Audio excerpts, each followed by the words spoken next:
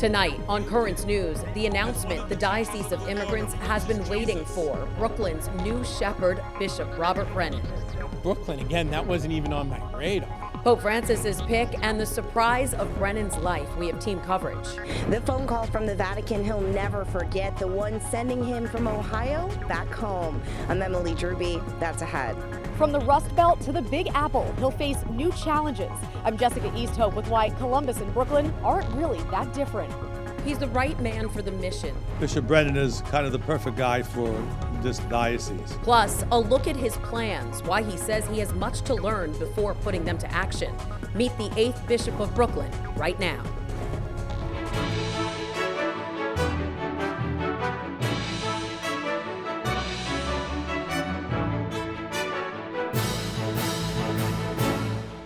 Hello, I'm Christine Persichetti. It's a new day in the Diocese of Brooklyn as the 8th Bishop, Robert John Brennan, has been named to succeed Nicholas Demarzio, who will soon retire. Currents News' Emily Druby was at the Co-Cathedral of St. Joseph when the announcement was made. A loud applause as Brooklyn's current and next bishop shared the stage and an embrace. Bishop Robert Brennan just appointed the 8th bishop of the Diocese of Immigrants. A bittersweet moment because it meant having to leave Columbus, Ohio, his home for the past few years. Now, I ask you to bear with that because I hope you'll see in that as much as I love them, I already love you. And I wanted to be able to have that same kind of attachment here. One of his first stops on his new journey, a news conference with Bishop Nicholas Demarzio, who's very happy with his successor. Bishop Brennan is kind of the perfect guy for this diocese. He grew up here in New York. He knows New York. He is someone familiar with the issues here, so he's a quick study. Local clergy and parishioners shared in Bishop Demarzio's happiness. We are in really good hands, and God has really blessed us with a kind-hearted and very wise shepherd. During his first few moments in the diocese, Bishop Brennan reaffirmed his commitment to being a strong advocate for the immigrant community and for Catholic education. That's going to be a high priority for me. And to be honest with you, I think our Catholic schools have something to offer. As vicar for schools, it's something Monsignor David Casado was thrilled to hear. Our greatest gem are our Catholic schools. I can't wait to bring to the new bishop to see all the children in our schools. Brooklyn's new bishop will also be working to reach young adults by bringing evangelization into the 21st century. We have to meet the needs of today with the tools of today, not with the tools of yesterday. Hoping to bring young people back to the church. Speaking of back, he's thrilled to be back in the hometown of his favorite team. I grew up with the New York Mets and remain a fan through thick and thin. In Prospect Heights, Emily Druby, Currents News. You can watch the news conference in full on our website, currentsny.tv, or on our Facebook page. Bishop Designate Brennan has had a long and accomplished journey to the Diocese of Immigrants, and it all started right next door. He was ordained a priest in Rockville Center in May of 1989. In 2002, Father Brennan went on to serve as the Vicar General and moderator of the Curia. Soon after, in 2012, he was ordained an auxiliary bishop for the Diocese of Rockville Center. And in 2019, he was installed as the head of the Diocese of Columbus, Ohio. Bishop Nicholas Demarzio says Bishop Brennan is a perfect choice. When asked if he had any advice for the bishop designate, he said no. Well, any advice he wants, I'll give him, but I'm not giving him any free advice. Let him ask for things. I don't want to really direct what he does. He's a New Yorker, number one. That's helpful. He knows the area. Not afraid of New York. Some people come, they would be overwhelmed. This big urban diocese we have, which is very, very difficult to deal with. So I think he's very comfortable in coming here, so that's a good sign. Bishop Demarzio added that he will always be available to answer any questions at any time. Catholics in the Diocese of Brooklyn got their own introduction to their soon-to-be bishop early Wednesday morning. It came as a surprise to some when he was at the Co-Cathedral of St. Joseph for the feast of St. Michael the Archangel. In honor of the patron saint of police officers, the NYPD and Commissioner Dermot Shea happened to be in attendance, as well as other parishioners and priests. And they get to know the people, and they come with other experiences. Very exciting to know very emotional also. He looks so pleasant and sounds so pleasant and very jolly. Both the clergy and the lay people are eager to get to know him. But New York's Cardinal Timothy Dolan already does. He sent his well wishes Wednesday to the man he calls a friend. In a statement he wrote, "It is a joy to welcome home Bishop Robert Brennan as he returns to the province of New York to serve as the 8th bishop of the Diocese of Brooklyn. During my over 12 years as Archbishop of New York, I have come to know him as a fine priest and bishop, a warm individual, and a good friend."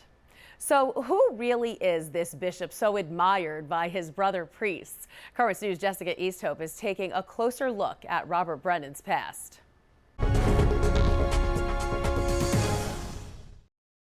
It's a beautiful gift, beautiful, beautiful witness. Columbus's loss is Brooklyn's gain.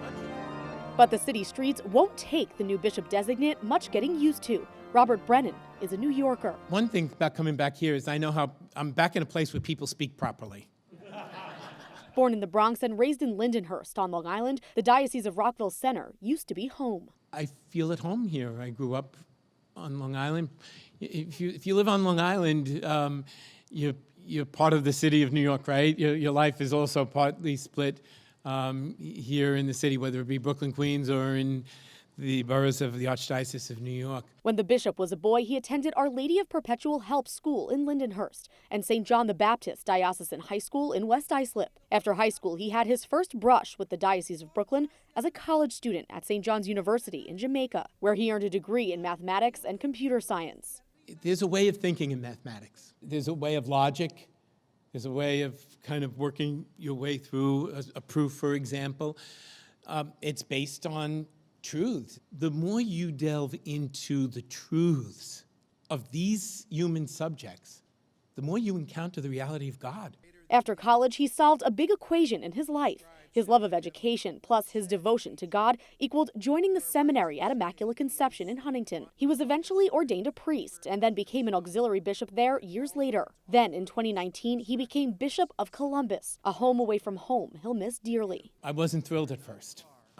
I've only been in Columbus for 2.5 years. We started a planning process. People were excited about working together.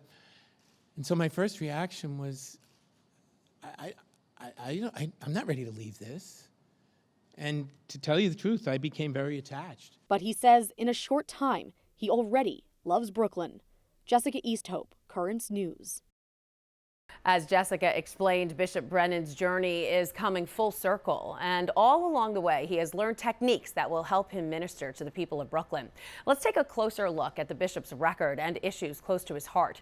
He is a vocal advocate for racial justice. Following several shootings in Columbus, he encouraged the faithful in his diocese to hold discussions on racism.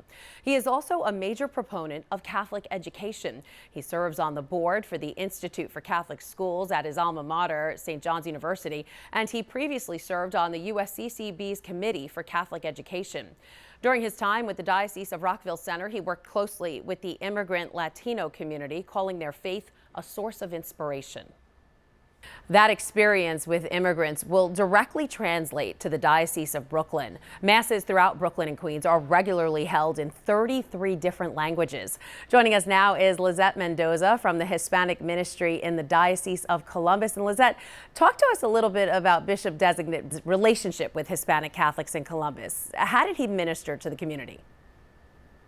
Well, I have to say this day for us is bittersweet.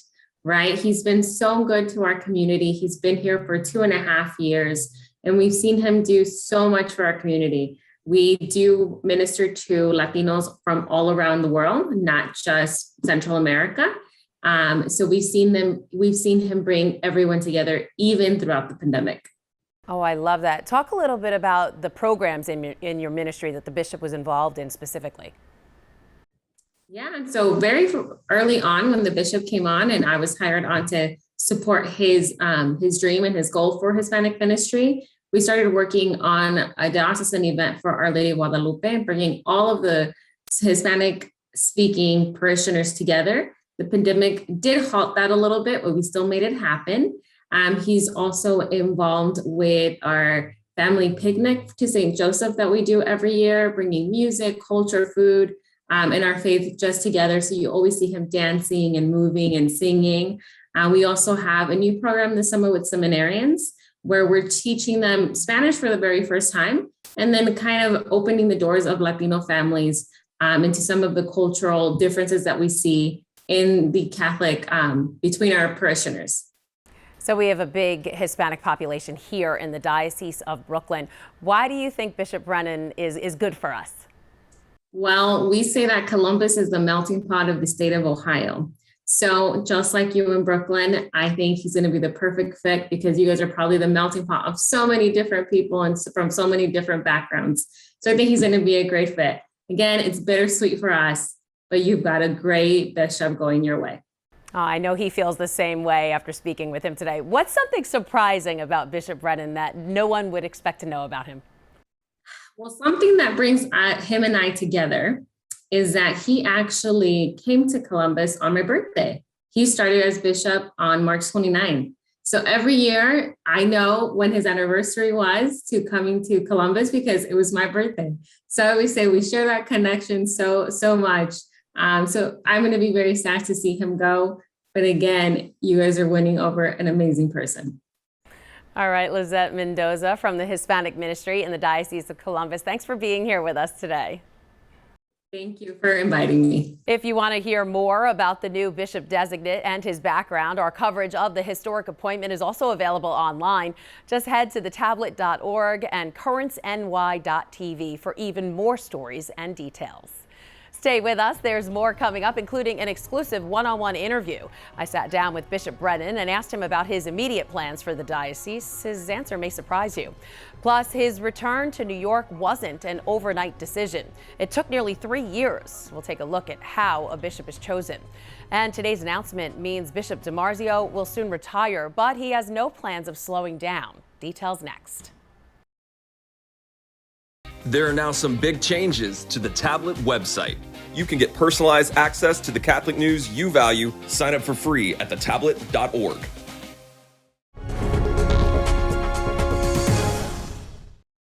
He's a listener and a communicator, and he is hitting the ground running, learning about the Diocese of Brooklyn and the people in it. I had the opportunity to speak one-on-one with Bishop Designate Robert Brennan right before his joint news conference. A New Yorker through and through, I began by asking him how it feels to be coming home. It's exciting. It's exciting. I have to say that there's a little bit of a sense of sadness leaving Columbus. I really came to love the Diocese of Columbus, and I'm going to miss people there an awful lot, but it is nice to be back closer to family. I'm fairly familiar with the Diocese of Brooklyn as a neighbor, and I know that it's a wonderful, wonderful church here, a very vibrant church, and I look forward to being part of it and to serving it as your bishop. As of 2008, the Diocese of Columbus had close to 300,000 Catholics. The Diocese of Brooklyn has 1.5 million. So how do you prepare to be the shepherd of such a large flock? I always used to say in Columbus that I came from a diocese, Rockville Center, with 1.5 million Catholics in 2 counties, to a diocese with 300,000 in 23 counties. And now it's back to 1.5 in 2 counties. So I have a little bit of familiarity with that kind of density, although I also understand that we're in 180 square miles, so we're packed in tight around here, and that's exciting. And how are the dioceses the same? What did you learn there that you'll bring here? What's the same is that God's people are good, God's people are generous, God's people are holy, and there's just a level of faith and love for God that motivates everything we do. The only thing that's constant is the real presence of Jesus Christ. You know, all of us, I realize this very humbly, that we come and go. So, you know, I'm but a passing memory in Columbus, much to my surprise. But the real presence, the real permanence is in Jesus Christ. And I just love the way they celebrated the life of faith in Columbus, and I know that I'm going to love the way that we celebrate the life of faith here in Brooklyn, Queens. The Diocese of Brooklyn is known as the Diocese of Immigrants. We have masses said every day in 33 different languages. And while we celebrate that, what will you do to unify the people? Well, to be honest, I'm not sure I need to do an awful lot to unify all the people. I think that there's already this tremendous sense of unity in the faith. I think that Bishop Demarzio and the bishops before him and all of the priests and deacons and staff, the religious, have done, and lay people have just done a remarkable job of that unity. So my job is really to continue to encourage it, to build on that, to celebrate it. Across the country, fewer people are going to church. I know you had a program in your diocese called Real Presence, Real Future, a listening program. How will you get people back to the church? Columbus has its own needs. Brooklyn, Queens, we have our own needs. So the first thing I need to do is to learn. But Real Presence, Real Future in Columbus was about listening. Now we're about to begin here the synod process. So I'm going to walk in. Bishop Demarzio was telling me some of the things that are being contemplated here. It works very, very well with my arrival. So I'm going to come in and have the gift of being able to hear from God's holy people in the different deaneries, the 22 deaneries that comprise the Diocese of Brooklyn. We want to get to know you a little. Tell us, what do you do in your spare time? What are you excited for here in New York City? I'm glad to be closer to my family. Although a couple of my friends have already texted me this morning and said it's probably about the same distance to get there, same time to get there by driving as coming by plane from Ohio with the traffic. Unfortunately, right. But I'll be more family-centered kinds of things. And one of the things I did miss was the ocean, and love to be down by the ocean again. And Bishop Designate Brennan joked that this was a bad time to give up carbs. Bishop Brennan will be heading back to Columbus this weekend, but he'll be back for his installation mass on Tuesday, November 30th at 2 p.m. at the Co-Cathedral of St. Joseph in Brooklyn. Currents News will have live coverage. It's been 2 years since Bishop Demarzio submitted his resignation, a requirement when a bishop reaches the age of 75. Naming a replacement for a diocesan bishop is obviously not something that happens overnight. The entire process can take months, even years. It all starts right in the local diocese and ends with a decision at the Vatican. We spoke with those in the know to find out what happens in between. One does not become a bishop, one is chosen a bishop. Auxiliary Bishop Emeritus of Brooklyn, Octavio Cisneros, has been at the receiving end of a similar process and was part of the process in choosing Brooklyn's newest bishop. It's not a lot of steps, but involves a lot of people. It starts with a meeting of the bishops in an ecclesiastical province. New York's 8 dioceses make up the Empire State's province. Each bishop in a province can nominate someone. And why are you chosen? Because you're doing that which you were meant to do as a priest. Be a good priest. Do what you were ordained to do, and do it with love, do it with freedom, do it with a fidelity to the church and to the diocese and to the people you're administering. The bishops take a vote and send the top names to the Apostolic Nuncio, Christophe Pierre. This is the part of the process where a lot of the research is done. The nuncio gets information about the diocese from the current bishop. He also contacts priests, even lay people, to find out more about a nominee. He then narrows the list down to 3, which is called the Terna, and sends it to the USCCB for input. Then to Rome, to the Congregation of Bishops at the Vatican. Bishops and cardinals from around the world meet to vote on the candidates and put them in order of preference. They look at the slots that are available and they say, well, it's almost like a chess game, who fits where? Who's got the talents that would be best used, whether in the state or outside the province? Former editor of The Tablet, Ed Wilkinson, says the congregation does its due diligence. They want to pick the right person. They want to find the person who has the right talents for the right resources for a particular diocese. The names of the top 3 candidates are presented to the Pope, who makes the final decision. It's a Holy Father. He may like all 3 names. He may like none of the names. He may add another name. Whoever the Pope chooses is notified by the nuncio and asked if he will accept the appointment. Once accepted, an announcement is made, an ordination or installation is scheduled, and the excitement begins. Oh, it's an exciting time. It's always exciting. And then when you get the new bishop and you want to get to learn more about him and you see him in action and you see his new style, it's going to be a very exciting time. It certainly is an exciting time in the diocese. And while there are distinctions between the appointment of a priest as a bishop and a bishop's transfer to another diocese, the USCCB says the basic outlines of the process remain the same. And still to come on Currents News, after 18 years shepherding the Diocese of Brooklyn, Bishop Demarzio will soon retire, but he isn't leaving the causes that he has advocated for behind. More on his plans when we return. Do you have a story idea or want to share a tip? Email us at newstips@desalesmedia.org or call our 24-hour number, 718-517-3122. We'll be right back.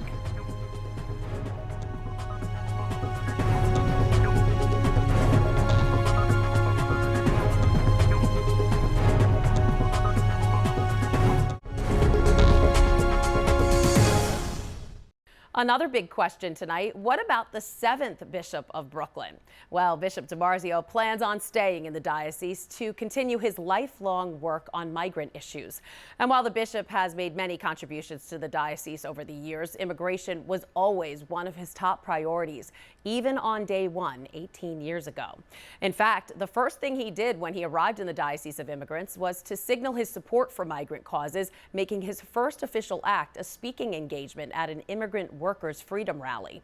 Shortly after, the abuse crisis burst onto the scene, and Bishop Demarzio quickly established an Office of Victim Assistance and an independent reporting line for survivors. He also helped usher in a new era of evangelization with the creation of DeSales Media Group, the media and technology arm of the diocese, even contributing a weekly column Into the Deep to the tablet newspaper. The bishop's attention to urgent causes like racism led to the formation of a racism commission focusing on issues of social justice. And his ongoing commitment to increasing the number of men entering the priesthood led to an uptick in priestly vocations when he authorized the creation of a house of discernment to help men decide if the priesthood might be their chosen path.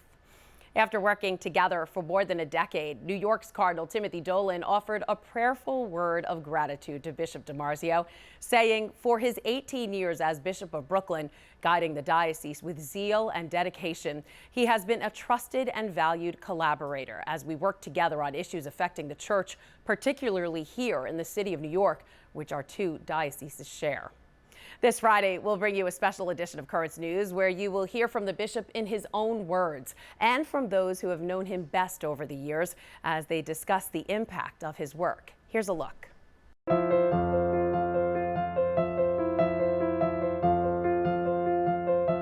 I think his legacy is going to be one of saying that he did a good job. He can look around the diocese and see what I like to call his fingerprints all over all kinds of things, you know, difficult ones and beautiful ones.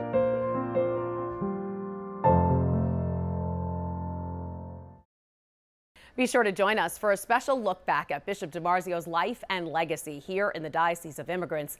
That's this Friday on Currents News. And that is Currents News. I'm Christine Persichetti. Thank you for joining us because we are putting your faith in the news.